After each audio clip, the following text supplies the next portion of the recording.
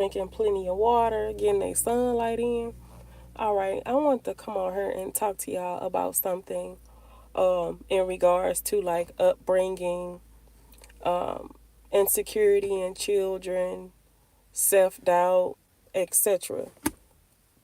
So every aspect of us starts at home, our upbringing, right?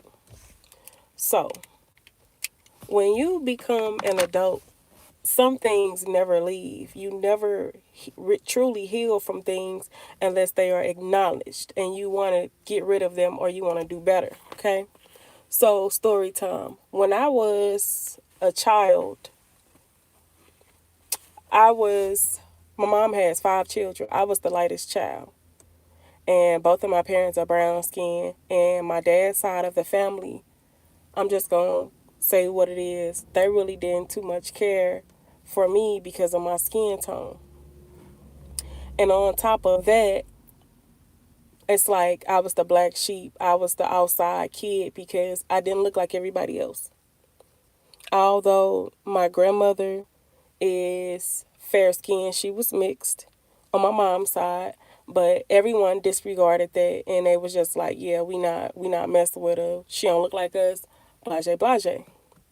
So my mom and my dad had their own things going on, like so far as my dad was verbally abusive, emotionally, and physically towards my mom.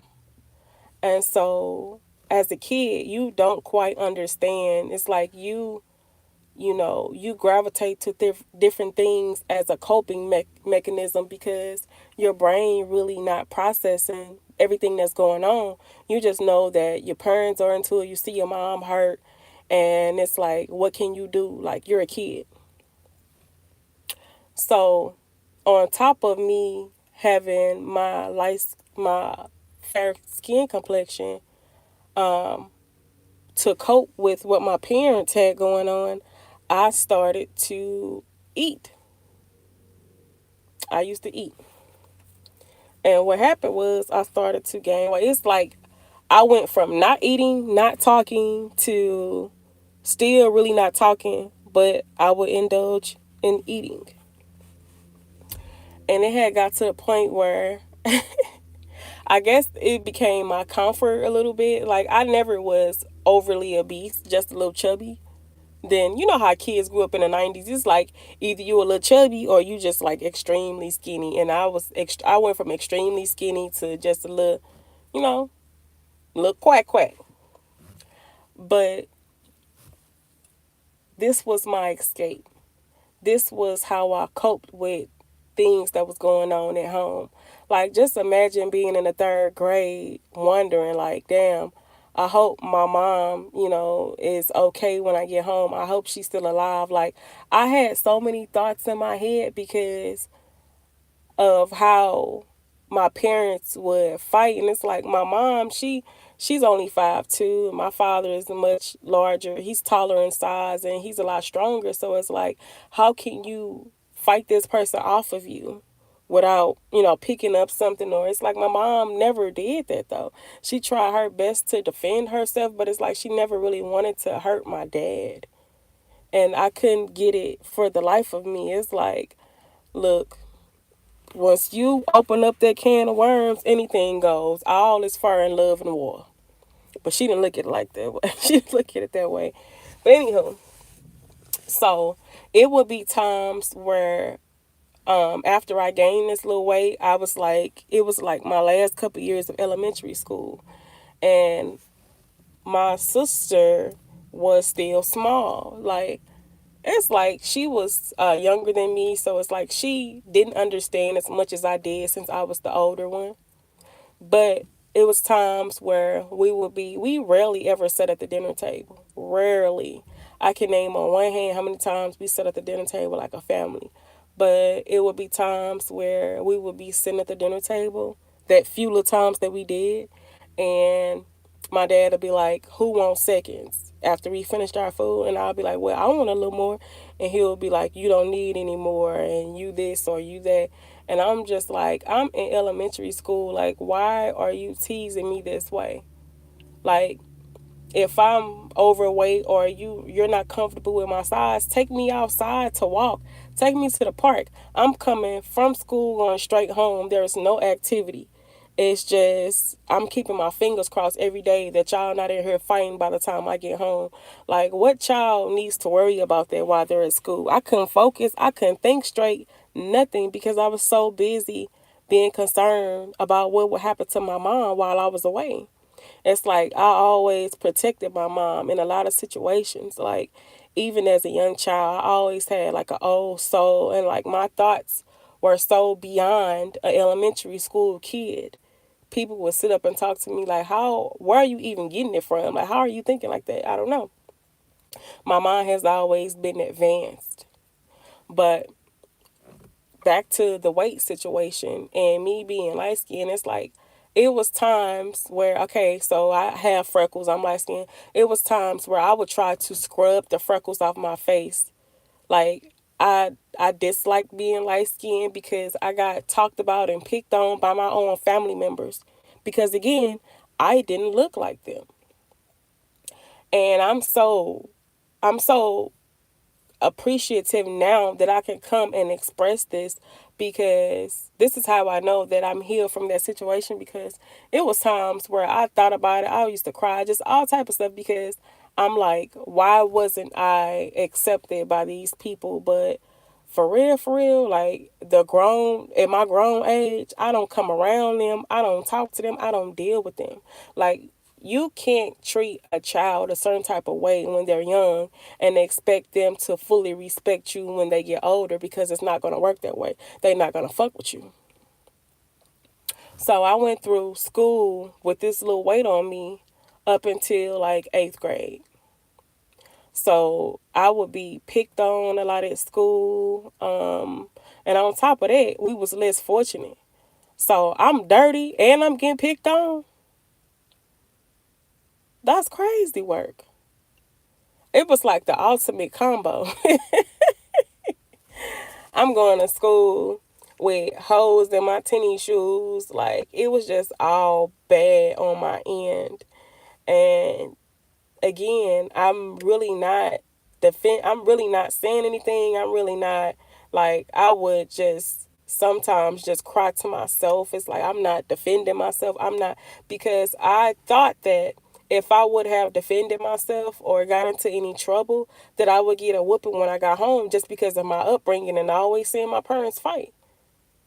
And that's so messed up as a child, just going through certain things, people taking advantage of you, people will steal my lunch, just all type of shit. And this is like, I can't say anything, because when I get in trouble, my dad he's gonna whoop me. And it was to the point where, like, I used to be, and I didn't even go to a preschool or a daycare. They threw me straight in the kindergarten when I was 5 years old. So there was no social prepping of any type of school, any type of out. It was just like go straight to school. So that was all new to me. And it was to the point where nobody was helping me spell my name at home. Nobody was, this is your numbers. And it's like I just learned it on my own. Like, I used to watch certain things. It's like I taught myself, I opened up books on my own. It's like nobody really had time to show or teach me anything. I just pretty much picked it up on my own. I'm a fast learner. That's one thing I can say about myself. Like, I pick up things really fast. So my dad used to get upset that um, sometimes I wouldn't know my homework, or like I had to learn my timetables in first grade. And if I didn't know something, I would have to stand up. He wouldn't even let me sit down. I would stand up and he would stand on side of me. And if I got something wrong, he would whip me with a belt. And I'm 5, 6 years old. So it was to the point where I will get whooping so badly that I couldn't think straight. Like, I was traumatized. And when you're in that high style environment, and it's like you really can't think logically because you're concerned about what the person is going to do next. You're concerned about getting a whooping. You're concerned about, well, if I get this wrong, then you know what time it is. And it's like, how are you supposed to focus? You can't.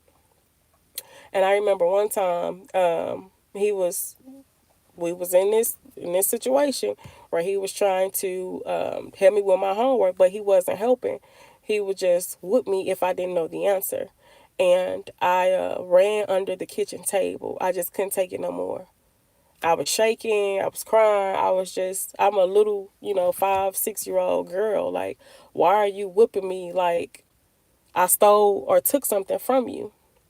And it developed a love hate relationship between me and my dad. Like, even to this day, after everything that I've gone through with him, it's like I've tried to build this relationship as a father and a daughter should, but I just can't, because certain things that he says to this day, certain things that he do to this day. Like, I can wake up at 4 o'clock in the morning, he's texting me, calling me a light skinned devil, this, that, and it's just like, what did I haven't even spoken to you. What did I do? As soon as I unblock him, he goes right back to the same nonsense. And it's like he pretends like nothing ever happened. I mean, if he could have acknowledged it and said, you know what, I'm sorry for what I did to you and your sister and your mom, like, none of that. And it's like, I am so tired of holding family secrets. If y'all fucked up, I'm calling y'all out. If it's like that, it's going to be like that. When you see me, you know what to do. But other than that, I really don't even care if anybody feels some type of way, because I'm going to speak my truth and I'm going to stand in it. I don't, like I said, I really don't give a damn at this point. If you did it, you did it. I'm going to call y'all for it. Just if I did something, call me out for it. Like, accountability is key. And the truth hurts. So it is what it is. Like I said, I've been trying to build this relationship with my dad. He's just stuck on this thing. Like, he's always put his mom and his side of the family before me and my sister. Like, even I got so many stories, but I don't want to just break all that down right now, because I already done been out here a good 13 minutes. But it's just so much to unravel and so much to talk about. Like, black households, like, we don't get to this point where we want to express and expose family members that have wronged us, and that's horrible. Why can't we talk about it? I'm not protecting anybody's feelings. If you fucked up, you fucked up. I'm not here to say nobody saved my feelings. Nobody cared about how I feel when I was hurt. So it's like, if you wrong me, why do I have to hold your secret? I'm not holding your secret. I'm exposing your ass. Hopefully you don't hurt nobody else. But that's it for now, guys. I will be back. I just came from the gym, so I'm about to go, get home, shower up, probably get back outside. But y'all be easy, drink some water, and y'all have a great day.